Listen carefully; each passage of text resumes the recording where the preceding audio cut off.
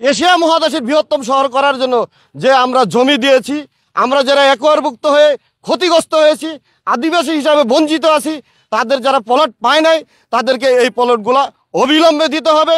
অন্যথায় আমরা এই আদিবাসী নিয়ে রাজপথে থাকব যতক্ষণ পর্যন্ত আমাদের প্লট বরাদ্দ না দেওয়া হবে, এই এদের প্লট বাতিল না করা হবে, ততক্ষণ পর্যন্ত আমরা আদিবাসী ক্ষতিগ্রস্ত যারা আছি তাদের রাস্তায় থাকবো।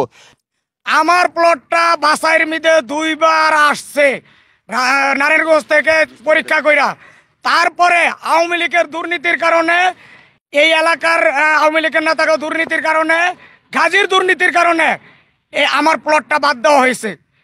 এখন আমি বলতে চাই, গাজী শয়ে প্লট দুর্নীতি করে গাজীর নামে নিয়েছে এবং গাজীর যারা আশেপাশের আওয়ামী লীগ নেতা আছে তাদের নামে নিয়েছে। এই প্লটগুলি বাতিল করে আদিবাসী যারা সঠিক প্লট পায় নাই, ক্ষতিগ্রস্ত পায় নাই, তাদেরকে প্লট যেন পরীক্ষিতভাবে প্লট দেওয়া হয়। আওয়ামী লীগ সরকার, স্বৈরাচারী সরকার, তারা আমাদেরকে কোনো মূল্যায়ন দেয় নাই। তারা দিয়েছে তাদের নিজস্ব লোকদেরকে, নিজের এমপি মন্ত্রীদেরকে প্লট দেয়া আজকে আমাদের সাধারণ জনগণকে বঞ্চিত করেছে। ন্যায্য অধিকার চাই, আমরা আমাদের প্লট চাই, আদিবাসী এবং ক্ষতিগ্রস্ত প্লট আমরা সরকারের কাছে চাই। আমরা ক্ষতিগ্রস্ত এবং আদিবাসী সবাই আসছি এখানে আমাদের প্লট আদায় করার জন্য। আমরা 5 কাঠার প্লট আবেদন করছিলাম, আমাদের 3 কাঠা দিছে। কেন 3 কাঠা দিবে?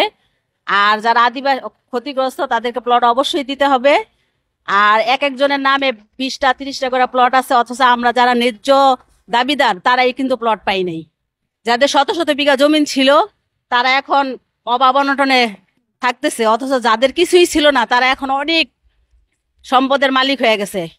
এই জন্য বৈষম্য আমরা চাইতেছি যে আমাদের ন্যায্য অধিকারটা যাতে আমরা পাই। এই যে আমাদের পূর্বাচল এলাকার মা বোনেরা সব রাস্তায় দাঁড়াইছে আদিবাসী প্লট নেওয়ার জন্য। আমরা চাই সরকার থেকে, যে সরকার আছে বর্তমান, এই সরকার যাতে আমাদের এই ক্ষতিগ্রস্ত প্লটগুলি সবাই দিয়ে যায়।